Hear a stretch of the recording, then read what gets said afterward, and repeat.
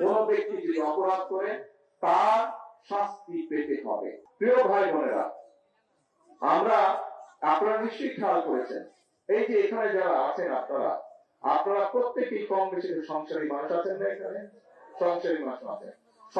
সংসার যখন চলে, সংসারে তো বিভিন্ন রকম সুবিধা অসুবিধা, বিপদ আপদ আসে না?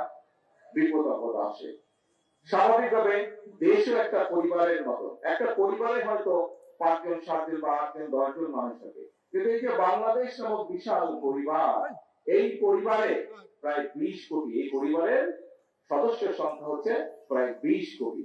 এই 20 কোটি পরিবারের জন্য, এই 20 কোটি মানুষের পরিবারের সদস্যের জন্য ফ্যামিলি কার্ড ব্যবস্থা করা, এই 20 কোটি পরিবারের মানুষের জন্য কৃষক কার্ডের ব্যবস্থা করা, এই 20 কোটি পরিবারের মানুষের জন্য এর মধ্যে যারা ইমাম খতিব আছেন তাদের জন্য বিভিন্ন ব্যবস্থা করা, এই 20 কোটি মানুষের পরিবারে যে সন্তানরা আছে, এই যে বললাম প্রাইমারি স্কুলে, তাদের স্কুল ড্রেস তৈরি করা, সেগুলির ব্যবস্থা করা, স্কুল ব্যাগ তৈরি করা।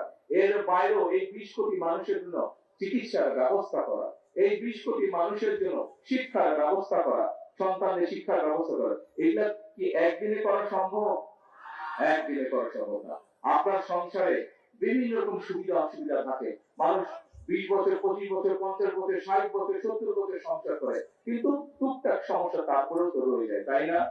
এখন সংসারে যেমন সমস্যা থাকে, দেশেও সমস্যা থাকে, কিন্তু আমরা যদি সকলে ঐক্যবদ্ধ থাকি, তাহলে এই যে আমি জিজ্ঞেস করলাম আপনাদেরকে, খাল খনন যদি আমরা করতে পারি, তাহলে উপকারটা কাদের হবে? আপনাদের উপকার হবে না? তোকে আপনারা বলেন উপকারটা আপনাদের হবে। ঠিক একইভাবে ফ্যামিলি কার্ড যদি আমরা মায়েদের হাতে পৌঁছে দিতে পারি, উপকারটা কার হবে? সাধারণ ক্ষেত্রে মানুষই তো। কৃষক কার্ড যদি আমরা পৌঁছে দিতে পারি কৃষকদের হাতে, সারা দেশে প্রায় 2 কোটি 75 লক্ষ কৃষক আছে বিভিন্ন রকমের, তাদের কাছে যদি পৌঁছে দিতে পারি কৃষক কার্ড, উপকারটা কাদের হবে? কৃষক ভাইদের দিতে হবে। আমরা যদি এলাকার ভিতরে গ্রামে গঞ্জে রাস্তাঘাটগুলো, স্কুল কলেজগুলো, ব্রিজ কালভার্টগুলো ঠিক করতে পারি, তাহলে মানুষের উপকার হবে না অন্য কারো উপকার হবে? মানুষের উপকার হবে। এইভাবে কাজগুলো আমরা করতে চাই। এখন ভাই চলতে গেলে বিভিন্ন হয়।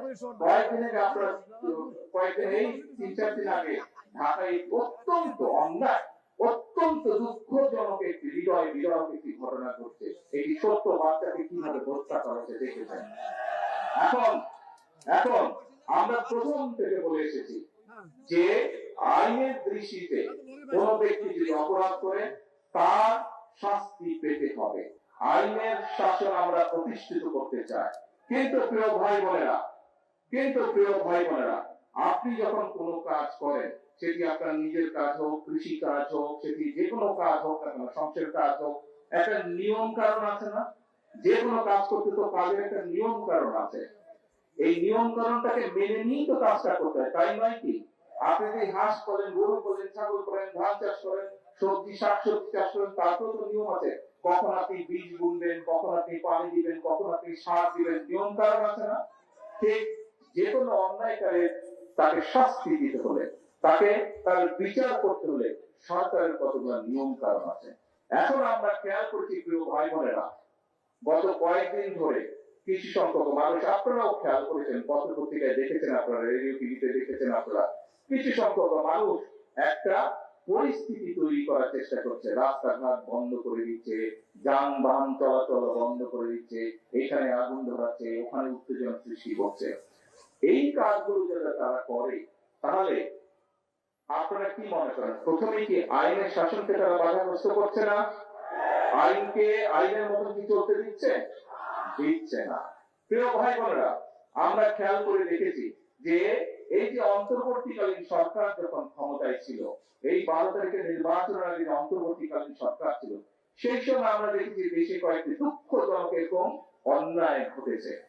সেই অন্যায় যখন ঘটেছে, আমি নিজে সেই সকল বাচ্চার মায়েদের সাথে কথা বলেছিলাম।